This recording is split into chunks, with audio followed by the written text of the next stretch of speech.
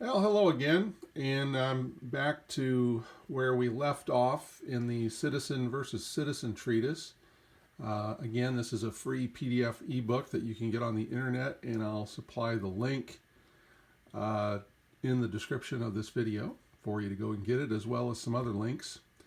Where we left off, I'll just read the last sentence here again, because there's some things before we start reading again and covering this that I wanted to go over. The last sentence we read was the alien. Remember, we saw the definition. That's anybody not this 14th Amendment U.S. national, U.S. citizen. The alien, while domiciled in the country, owes a local and temporary allegiance which continues during the period of his residence. Now remember, what is country in the primary meaning? He's domiciled in, remember in the Bible it says things, it implies things like be in the world but not of the world. Remember, in is meaning among, living among. The of is the possession through contract and consent, citizenship, all of the things that we've been discussing. So the alien, in other words, anyone who's not a federal 14th Amendment U.S. national, and we've seen that there's a thing as a state national or state citizen. We're going to cover a denizen. We've heard that in this treatise. It's used the word denizen before. I'm calling myself a denizen. And then we have legal and illegal aliens. So technically there are, what, 4 or 5 statuses. You have the U.S. national, U.S. citizen. You have a state national or state citizen. You have a denizen. You have an legal alien, like on a green card or a visa, and then you have an illegal alien that's here that doesn't have a green card or a visa. Now, technically, all of these are aliens in regard to the United States government. Only the one that is the federal citizen is the one recognized, legally, judicially recognized. All the other ones are aliens. Why? Because they're subjects of foreign sovereigns. State national owes his primary allegiance to a state. A denizen owes his primary allegiance to his sovereign. The legal and illegal aliens here, they haven't been naturalized yet as U.S. citizens or a state citizen. They not going to be a denizen. They're going to be one of these other ones. So they're under allegiance to a foreign sovereign. The only one that's declared allegiance, fidelity, faith, trust, belief, homage to Uncle Sam is the 14th Amendment one. Okay, so that's why they judicially recognize it, and these other ones they don't recognize. So they call them aliens, foreigners. Okay, so now remember too, country, what does that mean? And we kind of talked about that before I opened these documents up this time so we could just review them again. Let's find the one. Here we go. Country. Country. In the primary meaning, country denotes the population, the nation, the state, or the government having possession and dominion over a territory. So, again, in the primary sense of the word country, we're talking about the people. What people? 14th Amendment U.S. nationals.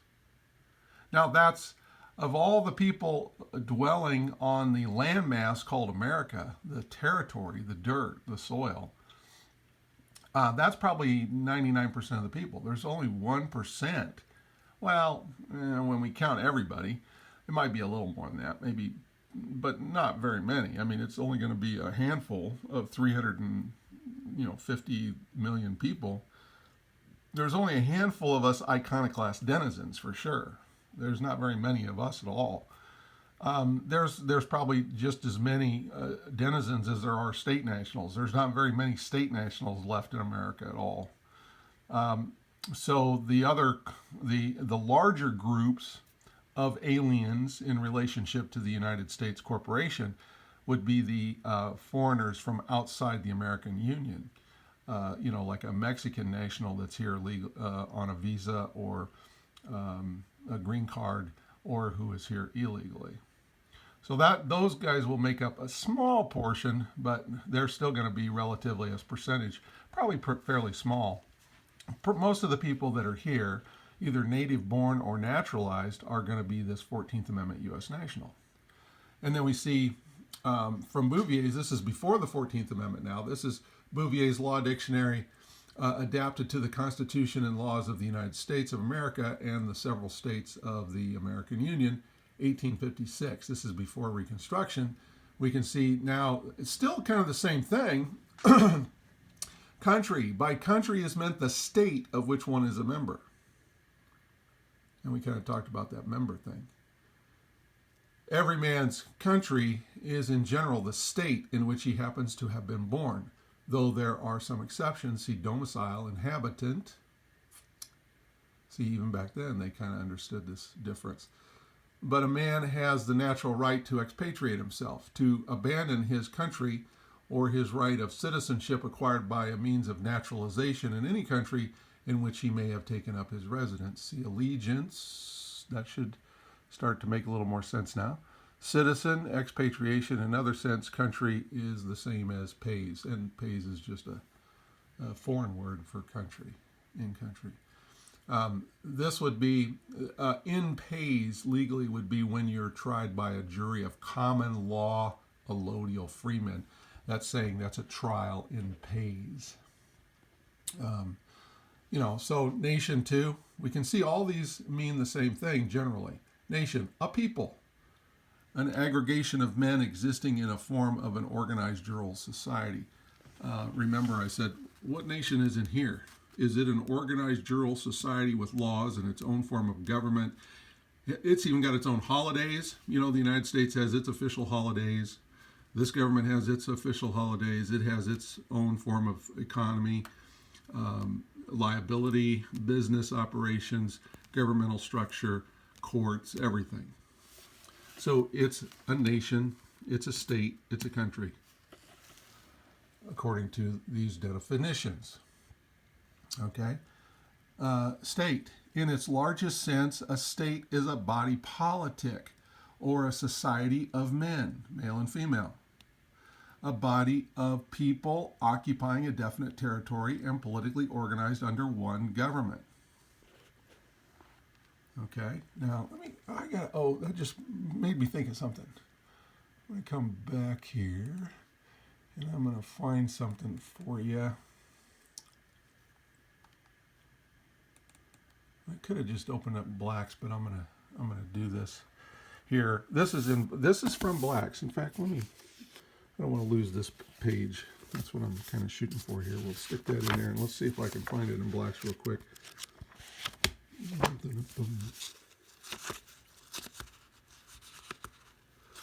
I apologize for this. Remember, I've given you the disclaimer that this is off the cuff. Kind of whatever comes up into my head as I'm thinking. As we're going, there we go. Church. Here we go. Church. Remember, this is Black's Law Dictionary, 5th edition. This is, I think, printed in 1979. I have other Blacks, but this one's kind of the last version that kind of gives you clear. So here's the definition of church. It's basically the same up here. I just want to start reading this, so we'll switch to the screen because I think it's a little easier. In its most general sense, the religious society founded and established by Jesus Christ, actually Hebrew name Yeshua HaMashiach. That's not a last name, that's a title. Christ just means the anointed. All the kings of Israel were the anointed. King David was a Messiah. To receive, preserve, and propagate his doctrines, his teachings, and his ordinances, his laws. It may also mean blah, blah, blah. So let's go up here. A little bit easier to see, and I've got it highlighted, and then I've got these other things too.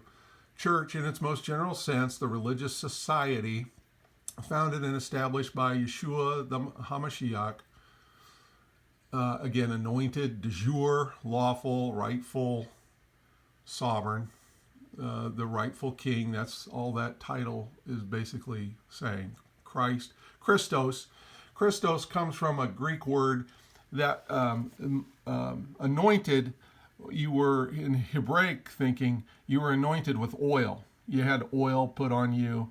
Well, Christos comes from Chrestus, which is a Greek way of talking about having fat, oil, lard rubbed all over you. Okay?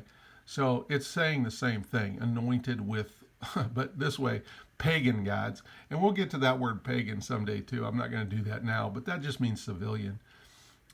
So rubbing you down with pig fat is a Christos. Oh boy. The lengths at which this adversary, us humans in our sinful state, will go to mock and mimic God. To receive, preserve, and propagate his doctrines and ordinances, body or community of Christians united under one form of government by the profession of the same faith, fidelity, allegiance, and the observance of the same ritual and ceremonies. What are those? We'll get to that. It may also mean a body of communicants gathered into church order. That would be like ministers, apostles, Levites, the ones like government bureaucrats. Okay? You can be a member of Congress. That's a separate body. Okay? So this church thing we can see has a couple of definitions. What's a society? Again, this is from Blacks. An association or company of persons, generally unincorporated, united together by mutual consent in order to deliberate, determine, and act jointly for some common purpose. In a wider sense, the community or public, the people in general. Okay, and we've discussed this before. Maximum law. Man is a term of nature, natural law, person of civil law, man's law. All persons are men, but not all men persons. What's an ordinance? Ordinance, a rule established by authority, a permanent rule of action, a law or statute. Okay. The U.S., which is a corporate body politic with members called U.S. nationals, U.S. citizens, U.S. persons, has its own rituals and ceremonies. Every corporate body politic has their own unique rituals and ceremonies. The U.S., for instance, has a huge ceremony every 4 years when it swears in its new CEO, Imperator, i.e. Commander-in-Chief, CEO, President of the corporation, and Apotheos, the appointer of federal gods, judges, called the presidential inauguration. U.S. rituals include participating in the public religious welfare programs of Social Security, state-issued birth registrations, public education, State of the Union address, the State of the State addresses by U.S. state governors. You have all these ceremonial things like Labor Day, 4th of July, Memorial Day, Veterans Day, all these holidays around that this God imposes for you to keep and give you a day off of rest. Those are part of the rituals and ceremonies of that corporate body politic. Okay, so that's what we're looking at here. Now, let me see, make sure we got, we'll just hit body politic. Remember, a body politic or corporate, a social compact by which a whole people covenants with each citizen and each citizen with the whole people, that shall be governed by certain laws for the common good. Also a term applied to a municipal corporation, school district, county or city, state or nation, or public association. Okay. I'll close that out right now. Okay, so now we have this this alien, remember, not a U.S. national, while domiciled in the country among the people, owes a local and temporary allegiance, which continues during the period of his residence. Now, I explained that in the previous video, that even though I'm a denizen, I have this temporary allegiance when I go into the stream of commerce as a customer. I got to pay those sales taxes. Rent. This is basically following up with the mandate from my king, Yeshua HaMashiach, who says, render to Caesar that which is Caesar's.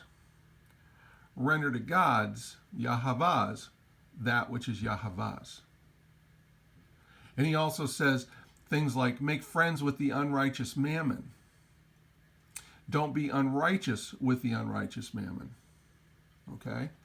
Now, before we move on, I kind of wanted to just give you, let's go back to where that napkin where I've temporarily put in the Black's Law Dictionary here.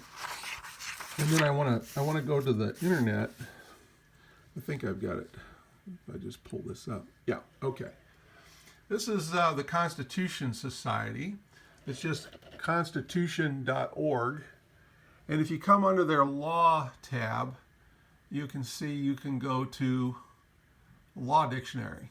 And I'm going to click that. We're going to go, this is that Bouvier's Law Dictionary adapted to the Constitution and laws of the United States of America and of the several states of the American Union by John Bouvier, 1856. Now, why am I doing this? This is before the 14th Amendment. And we're going to come down here, we're going to click on D, and we're going to scroll down kind of quick, so I hope you don't get sick to your stomach as I'm doing this. We'll get down here to where we, okay, I'm going to back up here a little. Oh, nope, we're still in the separations. I'm going to go down quite a bit. Let's see where we at. DEF, DEL, okay, we're getting closer. DEM, oh, I just saw it. Okay, right here. Okay, this is before the 14th Amendment. This is the word denizen. Okay, English law. An alien born who has obtained ex donatone legis letters patent to make him an English subject. He is intermediate between a natural born subject and an alien. He may take lands by purchase or device, which an alien cannot, but he is incapable of taking by inheritance. 1 Blackstone Commentaries 374. Here's the important part. In the United States, there is no such civil condition. What? Yeah, prior to the 14th Amendment, the status of denizen was not a status in American law. Black's Law Dictionary. Done. 5th edition. See if I can get we zoomed in so we can focus. Denizen. They just repeat the English law thing again. In English law, hoping that you're going to stop there. Blah, blah, blah, blah, blah. Let's scroll down here. Oh, what? In American law? When did that happen? After the 14th Amendment. They had to create this civil status. A dweller. Now, remember, now they're substituting, instead of alien or foreigner, now they're using this term stranger. Same thing. I'm a stranger to all the 14th Amendment U.S. nationals, U.S. citizens. Even if they're my family. In legally civil status, I'm strange to them. I'm odd. I'm an iconoclast. A foreigner, an alien. A stranger admitted to certain rights in a foreign country, or as one who lives habitually in a country. Let's see if that'll focus better. But is not a native-born citizen. One holding a middle state between an alien and a natural-born subject.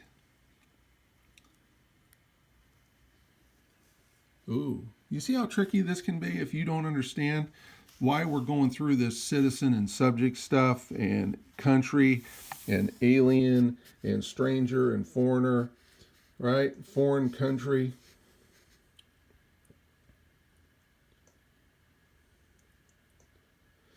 A stranger admitted to certain rights in a foreign country. Is the U.S. body politic, that population of U.S. citizens foreign to state nationals, aliens, denizens? Yeah. Or is one who lives habitually in a country? I live among 14th Amendment U.S. nationals, but is not a native-born citizen. Well, I'm native-born, but I'm not a citizen. I'm holding a middle state because I'm native-born. I'm holding a middle state between these aliens that are foreign to the American Union. So like the Mexican here with a green card, or on a Frenchman here with a visa, and the illegal aliens that come in and dwell illegally, and a natural born subject. I'm not subject to the United States under the 14th Amendment. Now, like I said before, I got to keep all the laws all the time, the ones that apply to me. Okay? So when I go into Walmart and make a purchase, I'm in that country, I'm in the body politic, I'm in the population, I'm among them, and their municipal economy, their stream of commerce under maritime law, I'm using that as a customer. So I have to obey the laws of that. Render to Caesar that which is Caesar, render to Yahweh what is Yahweh's. Is that starting to make sense now? All right, let's return to that treatise, and maybe we can finish this up today and move forward. Let's see if we can get a little closer here.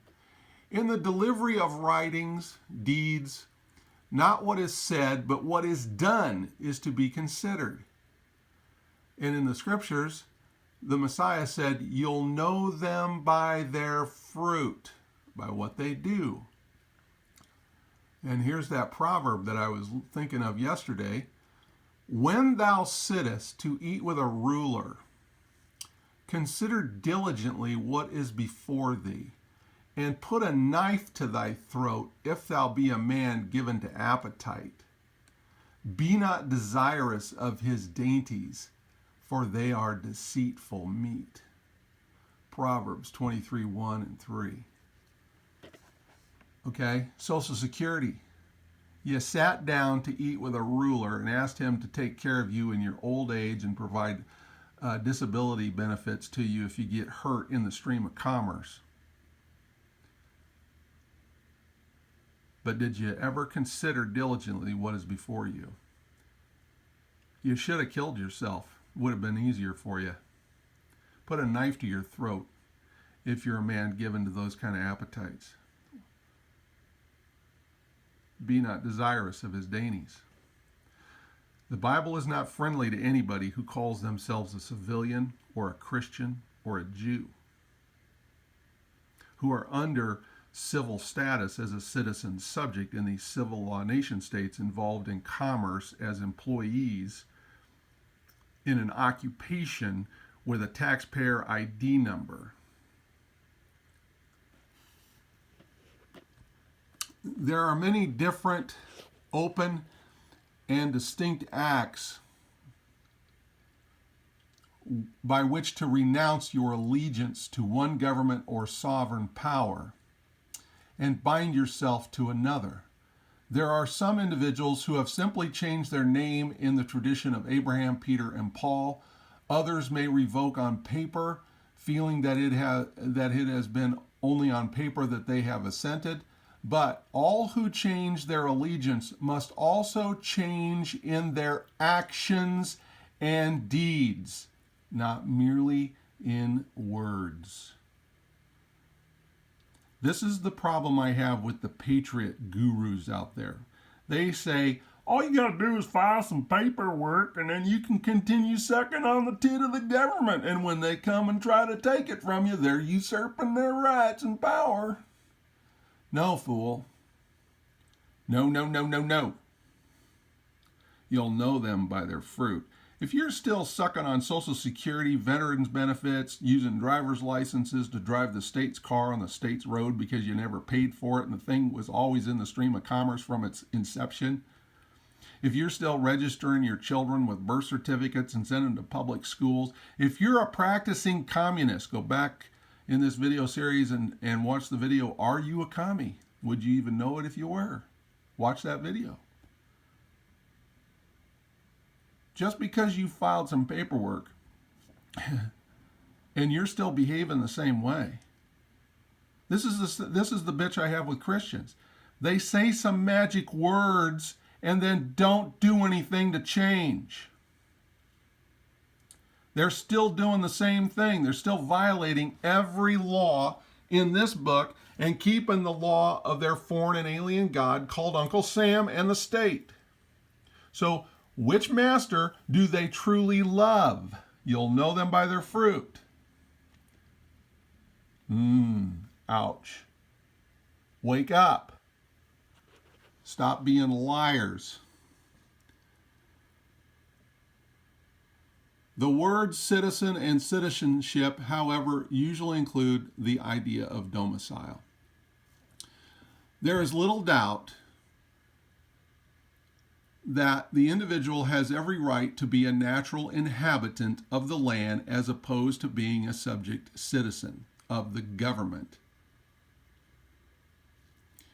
But there are other things and circumstances that make such natural freedom farther from the grasp of the average individual. However, that subject will be dealt with elsewhere. Okay, basically,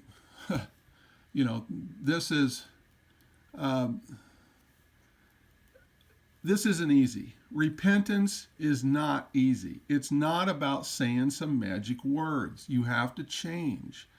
Remember what Paul the Apostle said. Are you called being a bondservant, a servant? Now, Paul was a bondservant, but he was a bondservant of the Messiah, not a bondservant of these civil law gods of men. That's the status Paul's referring to. Care not for it, he said. If you can be free, choose it rather. This is a journey. This is a step. This is a process by which you go through to change the way you're living your life. If you're going to die a civil death and kill that civil personality, you have to start living a natural life to be righteous, to walk in the faith and righteousness of Abraham.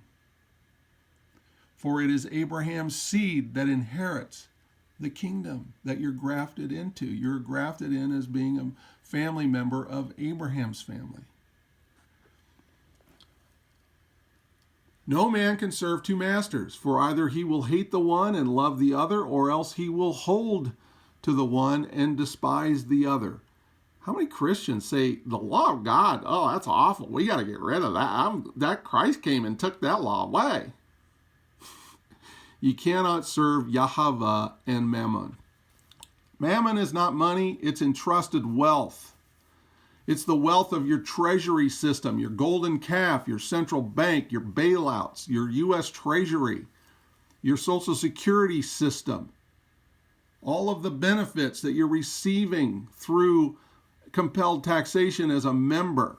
That's your mammon, your entrusted wealth.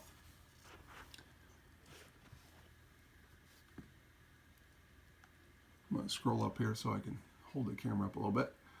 There are two major societies in America today. The second exists within the first and is subject to the administration of its law.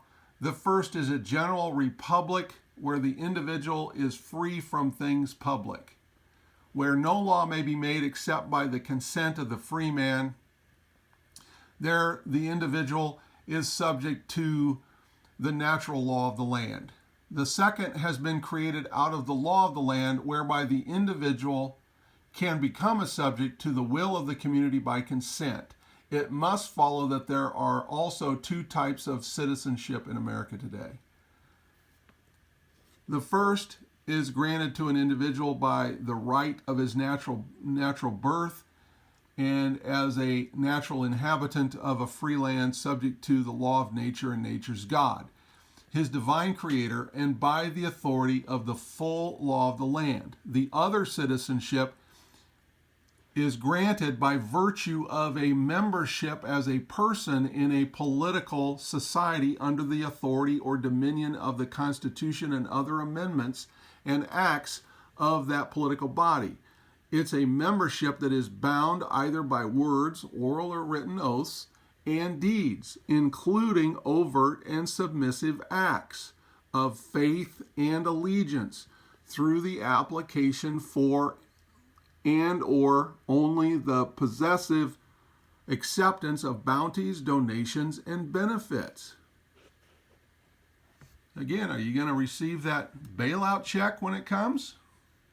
Did you accept the first one that Trump sent out to all his little kids on his commercial plantation? Did you cash it and use it? Okay, all right. That's just evidence of your action. You'll know them by their fruit. Now, do you want to stop doing that? See, that's why I'm saying it's difficult. This isn't easy, kids. This is not easy. If you can be free, choose it rather. And you know, it's not easy, but it can be done. And if you do it in the right process, in the right steps to ensure that you're not choking yourself to death, well, then you can survive. The former is free to become subject to whomever he chooses, while the latter is already subject to the dominion of that collective society and shall become subject to whoever the society becomes subject. Treaty law.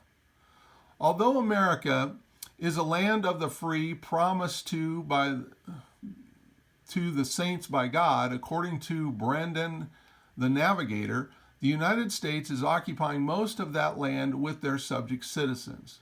What choice would you make in this land of free dominion? After all, freedom is the right to choose, the right to create for oneself alternatives of choice. Without the possibility of choice and the exercise of choice, a man is not a man, but a member, an instrument, a thing. And if it seems evil to you to serve Yahweh the Lord, choose for yourselves this day whom you will serve, whether gods which your fathers served, but as for me and my house, we will serve the Lord, Yahweh. Joshua 24:15. Social security numbers are assigned to whom?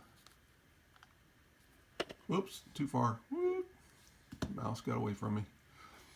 Title 42, USC, Section 405, which provides as follows.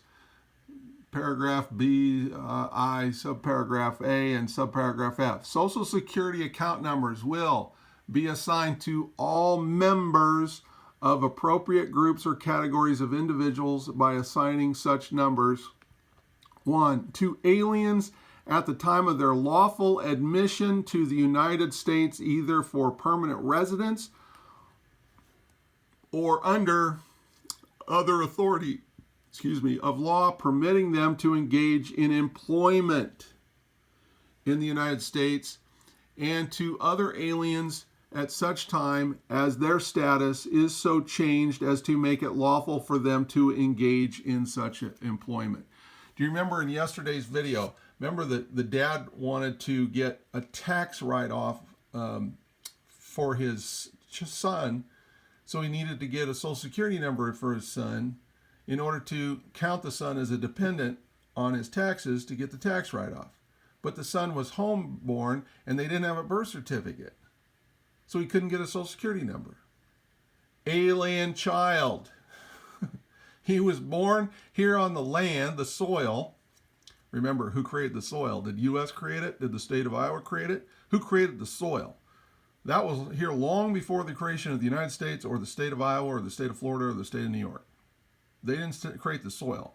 All of this they're talking about is the body politic. That's what they have control and dominion over, not the soil. They have jurisdiction over territorial, and their citizens using the soil they can regulate and control to death. And they own it in their minds. And right now they kind of do until the Messiah comes back and shows them the deed, which is that thing that's sealed up with 7 seals. He's going to break that open and say, look, dude, Satan put that seal on there, metaphorically speaking. Whoops. What was that? I must have hit something. I also gave you the disclaimer. I'm, kind of technologically impaired. Anyway, let's see. So employment, you got to, if you're going to be employed in the stream of commerce, you got to have that Social Security number. That's your taxpayer ID number. That's your employee ID number. Okay. Now you might get hired in commerce without a social security number, but then they can't credit you. You still owe the tax because you're engaged in an occupation of employment in the stream of commerce, and you got to pay the tribute to the master. Okay. All right. To any individual who is an applicant for or recipient of benefits under any program financed in whole or in part from federal funds, including any child on whose behalf such benefits are claimed by another person. And 3, to any other individual when it appears that he could have been but was not assigned an account number. Okay, so this is the dad who wanted to get a social security number for his dad. You're free to join our club. Woohoo! Come and apply. Okay, that kid was born in America. Natural birth, natural nativity. Didn't have a birth certificate. If the father decided to register the kid with the state, get a delayed birth certificate, then he can come in and because that child now appears. Woohoo! He's made an appearance. Remember, before he didn't exist, and now he's appeared before us because he's got a birth certificate. That he could have had one, but was not assigned an account number. 4, to children of school age at the time of their first enrollment in school. All right, okay.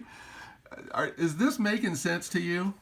You see, that God only educates his kids. He doesn't educate kids he does not own, that have not been passed through the fire and put on his altar.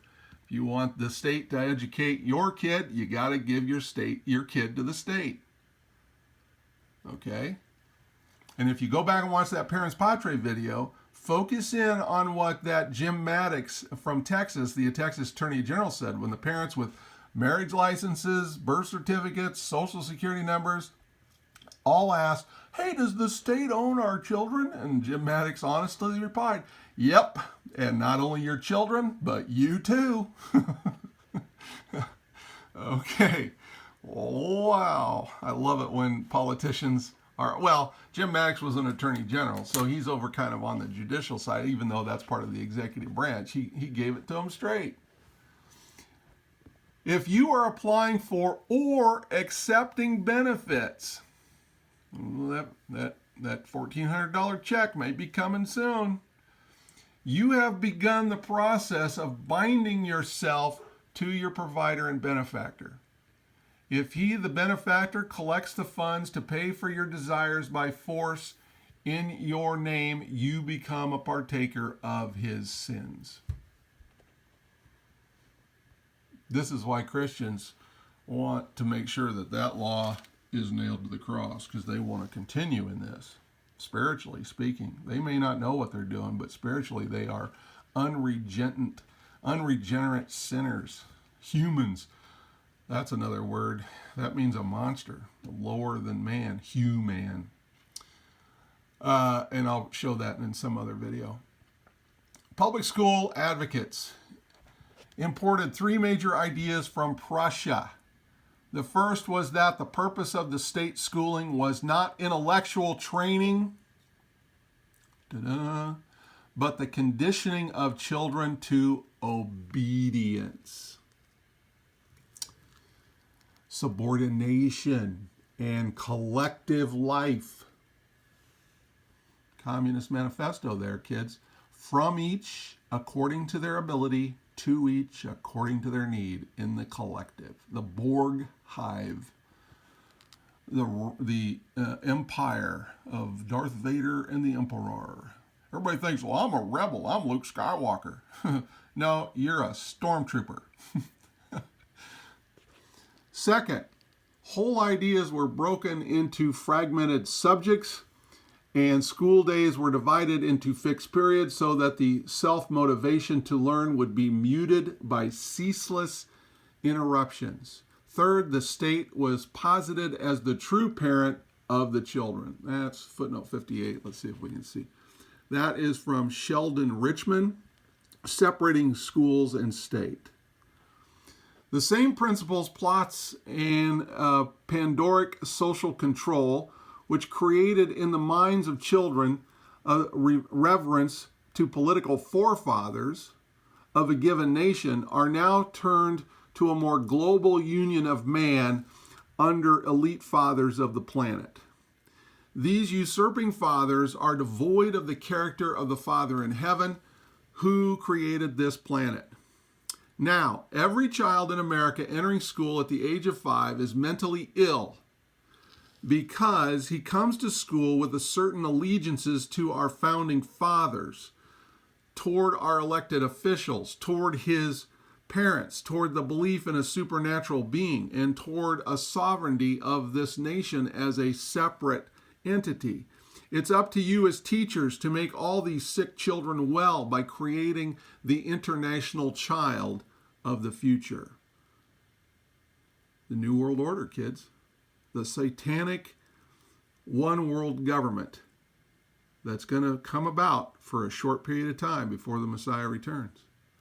Footnote 60. Harvard psychiatrist Chester M. Pierce, speaking as an expert in public education during the 1973 International Education Seminar. How far beyond 1973 are we? Okay.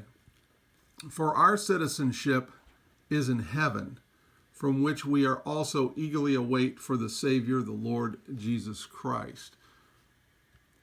That comes from Philippians 3:20. Now, remember I was asking, where's the jurisdiction of this kingdom?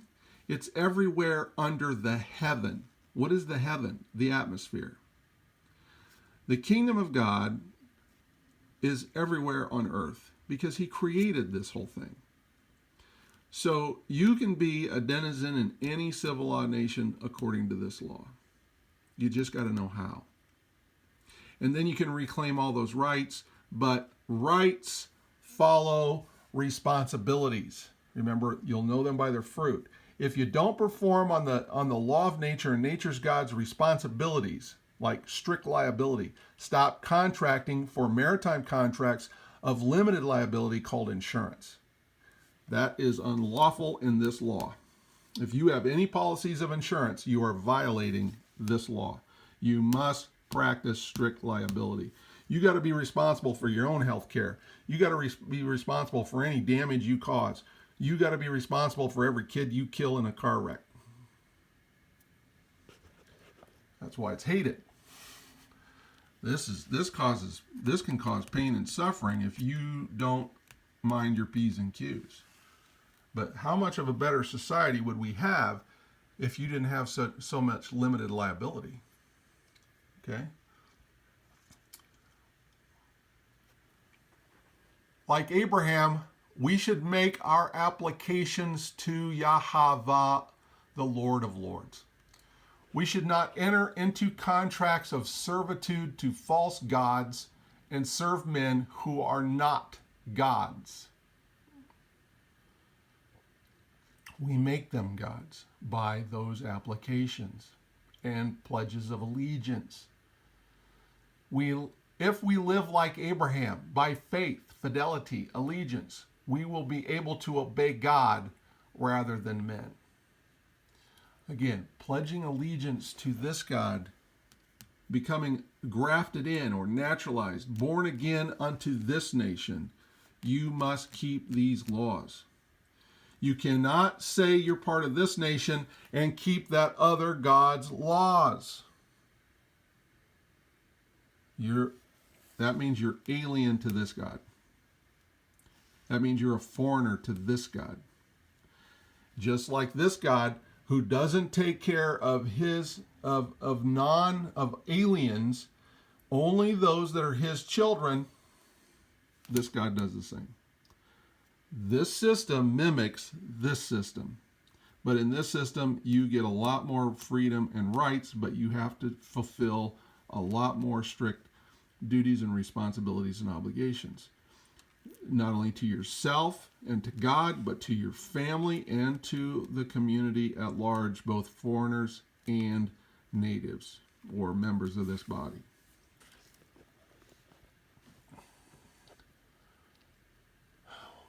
Wait a minute, back here. For ye have not received the spirit of bondage again to fear, but ye have received the spirit of adoption, grafted in, naturalized, whereby we cry, Abba, Father. Romans 8:15. Oh, you see how this language is very legalistic? And Christians say, well, you're being legalistic. Of course I am. This is a law book. Fool. Yeah. Why were the early Christians persecuted? Not talking about modern Christians aren't really persecuted, other than, because they want to be pushed out from the invading horde.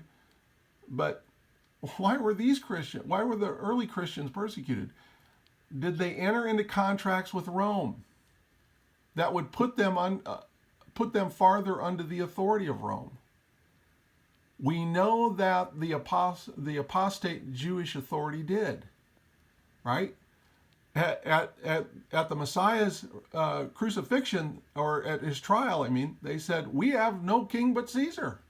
That's probably what this one says. Yeah, John 19:15.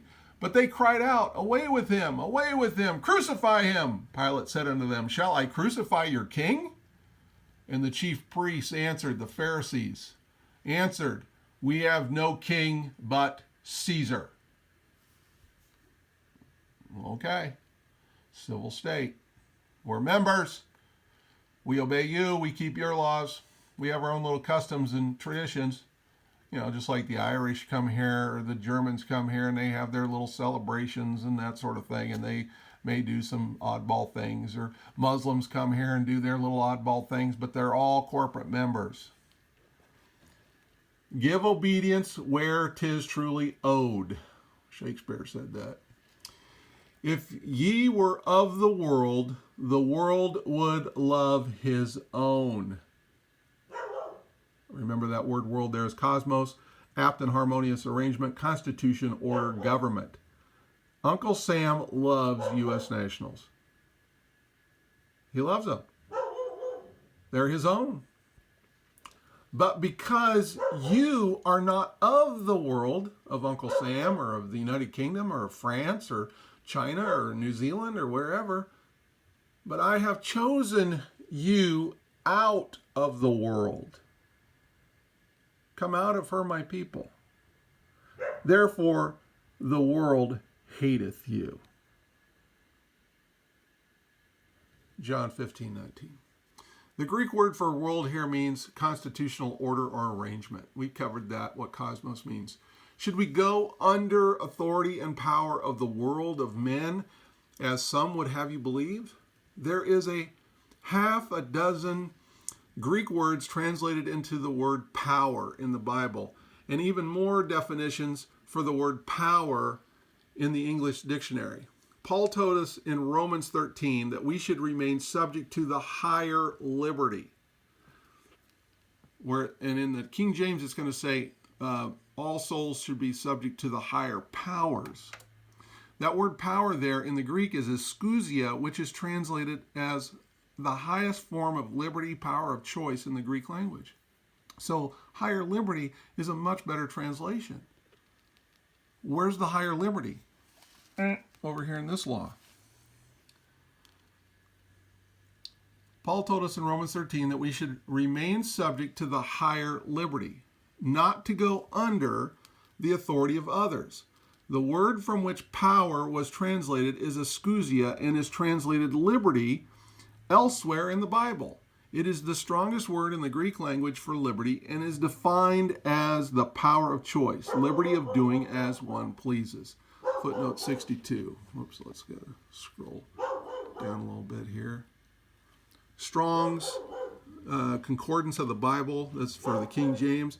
Word number 1849, exousia from 1832, in the sense of ability, power, authority, right, liberty, jurisdiction, strength, power of choice, liberty of doing as one pleases.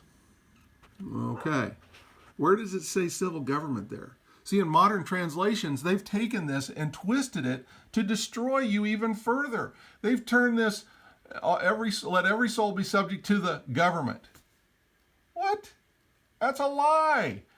You're supposed to be subject to the higher liberty, the higher power of personal choice under this God, not the earthly civil law. Why would God in the Old Testament, when he's telling you all about this law, say, don't go under, you have no other gods but me, don't go under those foreign and alien gods, and then all of a sudden in the New Testament say, oh yeah, you know what, don't come under me and follow my law, you go make yourself bound to these satanic civil law forces from Babylon and Rome and Egypt.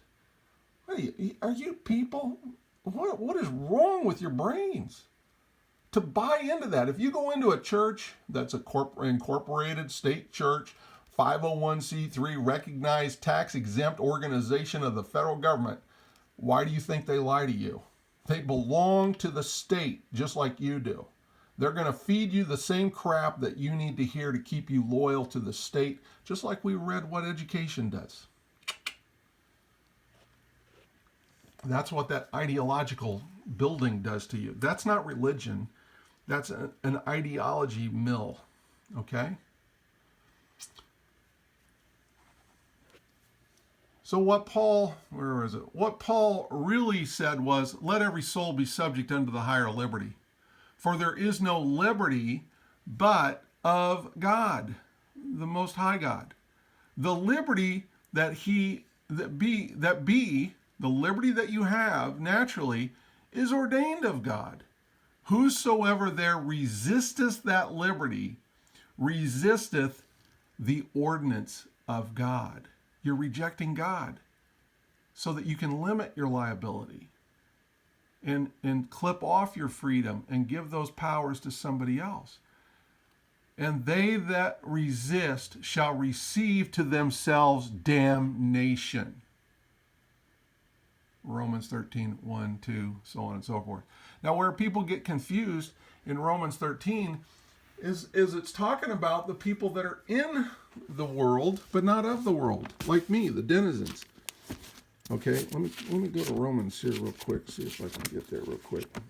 Because I know a lot of people, they have a hard time with that. They've really twisted your mind up, just like the state has.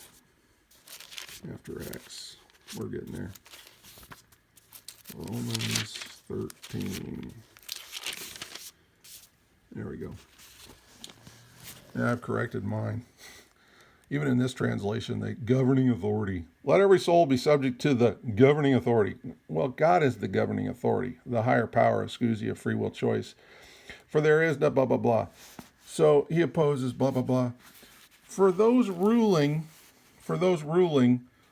are an object of fear, not to good works, but to evil. What is that saying? These civil law systems were allowed by the Creator to punish the wicked. Who are the wicked? The people that reject this law and kingdom and form of government. When you become a citizen of a civil law nation, those rulers are going to punish you. How are they going to punish you? Excessive taxation, excessive regulation. You're going to be made a criminal because there's 10 million freaking laws. And if they want, what was it that, I think it was one of the, I can't remember who said it, but show me the man and I'll find the crime. Okay? If we wanted to, we could search out anybody in America who's a 14th Amendment citizen bound to all 10, 12, 13 million laws at a city, county, state, and federal level, and we'd be able to find somewhere that you have committed a crime.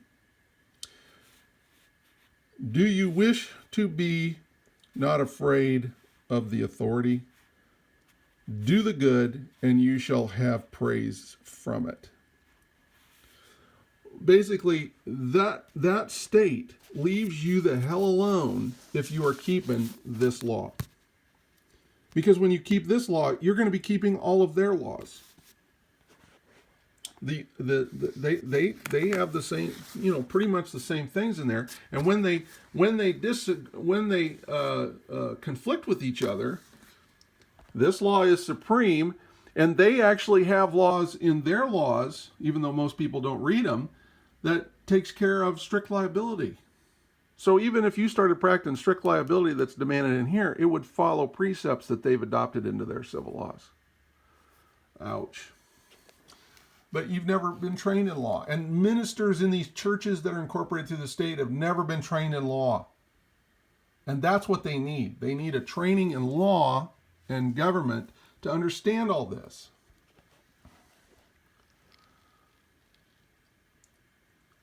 To claim that Paul is actually saying that we should be at liberty to obey God rather than subject to the will men is to hold accusation against the doctrines of modern Christendom. Exactly. They say you got to obey the government.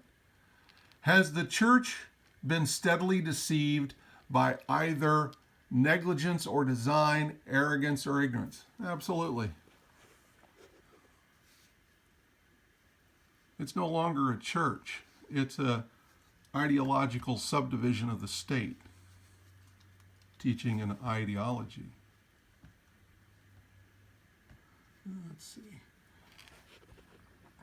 All we need to do is examine how the word exousia was used by the Greeks and the authors of those sacred texts in the days of Christ. The Greek glossary of Aristotelian terms states that exousia means right. Aristotle actually exemplifies exousia's use in the statement, the right to do anything one wishes. In Plato's notes, the Greek words for freedom are eleutherios, liberal, free, exousia, freedom, power to do something.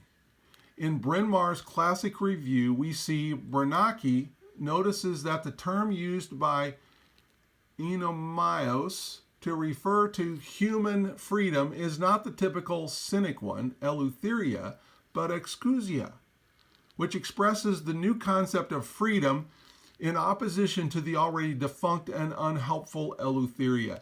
Eleutheria is the type of liberty that you have when you go into a store and choose between white bread and rye bread, between farm-raised open cage eggs or uncaged eggs versus caged eggs, 2% milk versus 1% milk, a Ford and a Chevy. That's your eleutheria, not your exousia. Exousia is this higher power. This is anybody can do. Even slaves have eleutheria. It seems clear that Paul is telling us that we should be subject to the liberty and right to choose endowed by God. Paul understood the perfect law of liberty. To oppose liberty is to oppose the will of God for men.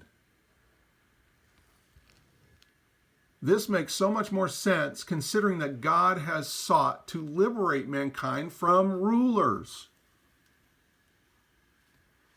and has warned us over and over to not make covenants, eat at the table of, bow down, or go under authority of benefactors who rule, who diminish our right to choose, our endowed right to choose given to us by God. Paul certainly did not mean that we should enter into agreements or relationships under penalty of perjury that bring us back into bondage to the world or under the power of systems like Babylon, Egypt, and Rome. Paul was an attorney. He was a lawyer, and he was a very well-trained lawyer, and even Peter warned people, when you read Paul, you got to be very careful because you can twist Paul's words to your own destruction. All things are lawful unto me, but all things are not expedient. All things are lawful for me, but I will not be brought under the power of any. 1 Corinthians 6:12. This is not saying that Paul is not ignoring that law to say that he can do anything. I can commit adultery. No. No, you can choose. What he's saying is you can choose to commit adultery. You're free to do that. But is that expedient? Or is that causing you to violate this law? See, you're absolutely free to make any choice you want. Which ones are you going to choose? Are you going to choose to be righteous in your choices? Remember, we're created beings, so we're going to be under some form of law. We're either going to be under this law or we're going to be under man's law. It's your choice. Choose you this day whom you're going to serve. Where do we leave off? Oh, up here. There we go. If we find that we are slaves in a system of bondage to the ways of God and Christ, should we seek to be free? Let every man abide in the same calling wherein he was called. Art thou called being a servant? Care not for it. But if thou mayest be made free, use it rather. 1 Corinthians 7, 20 and 21. It can be hard to let go of the benefits of the world. What is the calling of your heart? Each man and woman must seek the path of his own faith. Remember, we saw yesterday, you have a duty to prove out your faith, your allegiance, your fidelity to whatever you believe is true, to your vision of the truth. In the world in which he finds himself, on the earth God made, like Abraham and the faithful of old, we must wander the desert of mankind and seek the faith and obedience of Yeshua the Messiah. Love not the world. We're not talking about earth, kids. We're talking about those civil law systems again. Love not the world, neither the things that are in the world. If any man love the world, the love of the Father is not in him. For all that is in the world, the lust of the flesh and the lust of the eyes and the pride of life is not of the Father, but of this world. The civil law system wants you to be covetous. It wants you to be greedy and lustful and lazy and all of the things that appeal to baser instincts, because then you will consent more and more to become their subject and give them more power to rule over you. In our dreams, we have limitless resources, and the people yield themselves with perfect docility to our molding hand. Footnote 68. Let's see who said that little clever ditty. GED Chairman Frederick Gates, General Education Board by John D. Rockefeller in 1902. Oh, wow. I didn't realize that one. What have we learned? There are at least two types of citizens in America. One is not connected to the administration of government, and the other is subject to the administration of government. One is regulated by virtue of privilege, and the other is a matter of right.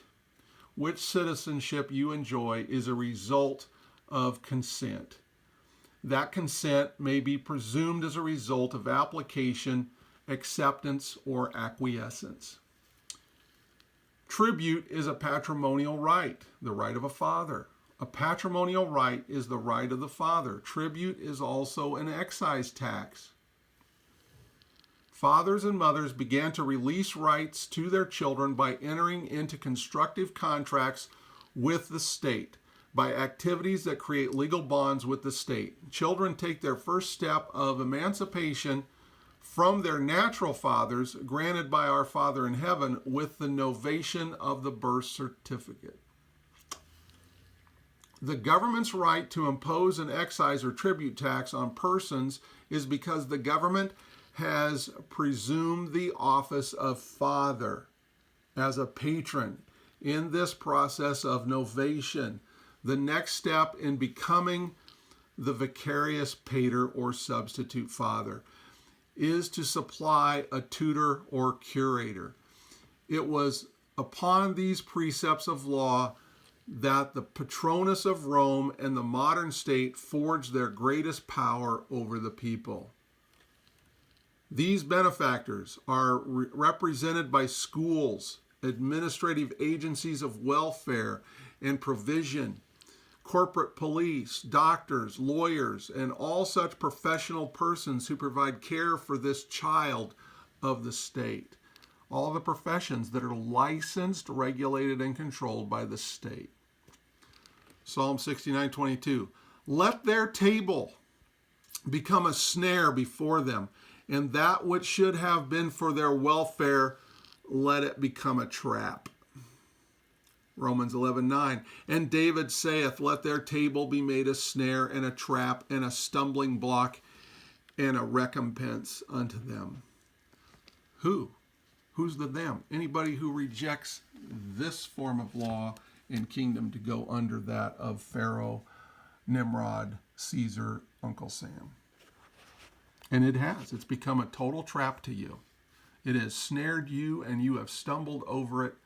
And now you're whining and crying and bitching, moaning and complaining. How do I get out of this? And you're going to buy up any patriot nonsense that any snake oil salesman comes around and tells you. And then you're going to get thumped. Sorry, I've seen it happen over and over and over and over again. The corporate state, acting as our substitute father, imposes the ancient rule of parens patrae. Go watch the first video in this series. Or obey the father. With this office of responsibility comes the power to demand greater and greater compliance. Whoops.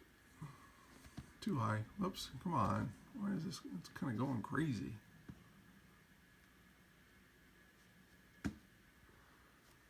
To its will, exercising greater and greater control. Where does the government obtain such right? From us. What universal law does the state invoke to assume that authority? Honor thy father and thy mother, that the days may be long upon the land which the Lord thy God giveth thee. Oh boy. You made the state your father. Honor your father and your mother. I think there was one of the quotes from Parens Patrae that's in that first video that says the state is the father and the mother of the child.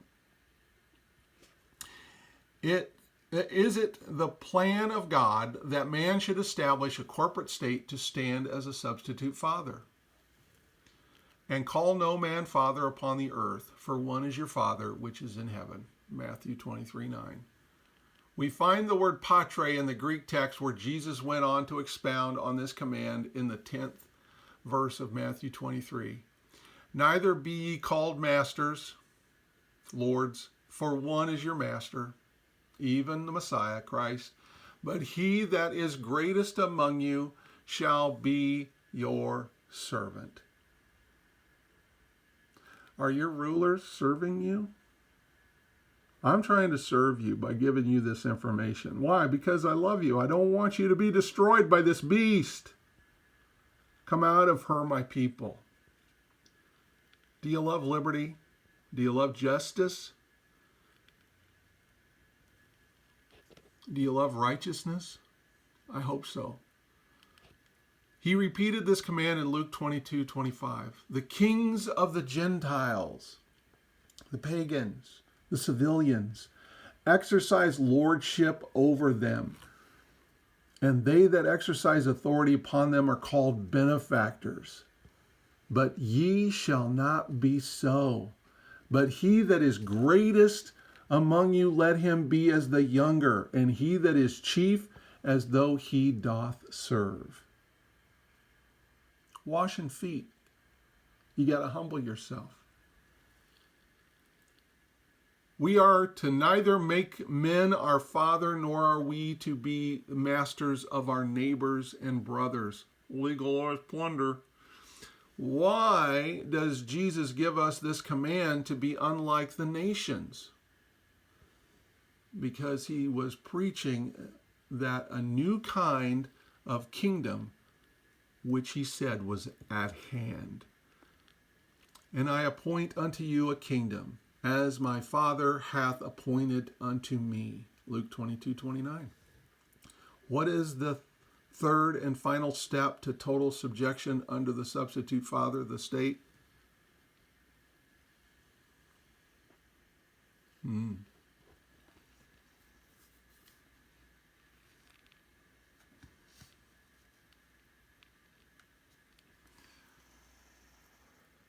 I hope this reading through this whole treatise has helped you clarify some of the things that I've been talking about in the previous videos. I thought this was a very good treatise by Greg.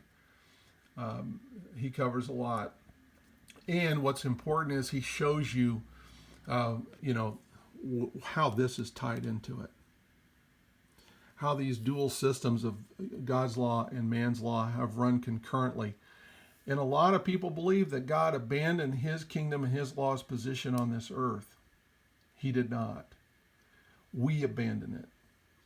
We chose to go and contract in with this civil law system of Babylon, Egypt, Persia, Rome, the United States, wherever you are, as persons, as subject citizens, for benefits, for benefit purposes, under parens patriae.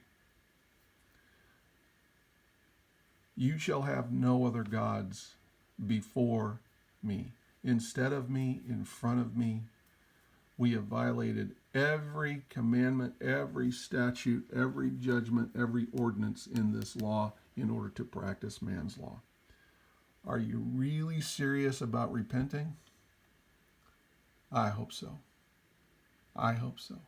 As we continue this series, I hope that it becomes a blessing to you. Remember, this is not legal advice. This is strictly for educational purposes only. I'm not a professional. I'm just some guy who cares.